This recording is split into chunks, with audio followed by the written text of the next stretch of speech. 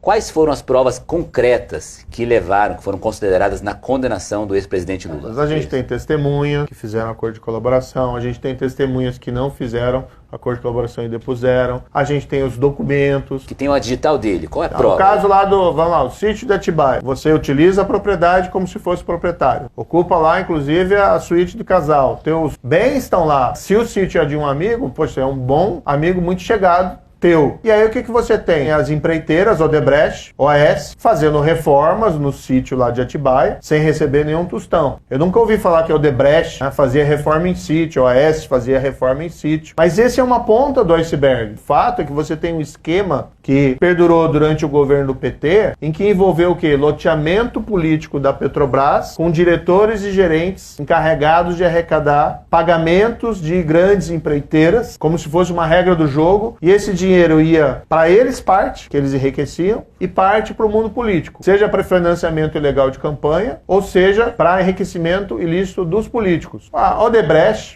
fez aquele acordo e revelou, o João Santana falou isso também, o Antônio Palocci falou isso, palavras deles, e tem documentos que foram apreendidos antes da colaboração, que o PT tinha uma caixa, uma espécie de uma conta corrente, com a Odebrecht de 200 milhões de reais. Estava lá no programa especial italiano, que é um documento que foi apreendido antes. E aí você tem que fazer as interpretações e depois eles confirmaram esse conteúdo. E segundo eles mesmos, eram provenientes de trocas. E existiam provas concretas dessas testemunhas que fizeram delação premiada, né? Assim, eu pergunto, e-mails, conversa de WhatsApp, coisas que eles pudessem comprovar que de fato essas... Não, veja, ninguém é condenado com base na palavra de um colaborador. Isso. Sempre tem que ter prova de corroboração. Na época foi tudo divulgado, a gente publicou inclusive esse programa especial italiano, estava lá, italiano era o Palocci, e o próprio Marcelo Abrão, o italiano era o Palocci. E tinha um documento que tinha sido apreendido antes, não foram documentos que eles entregaram com a colaboração, eles tinham sido encontrados antes. Mas você tem um fato objetivo,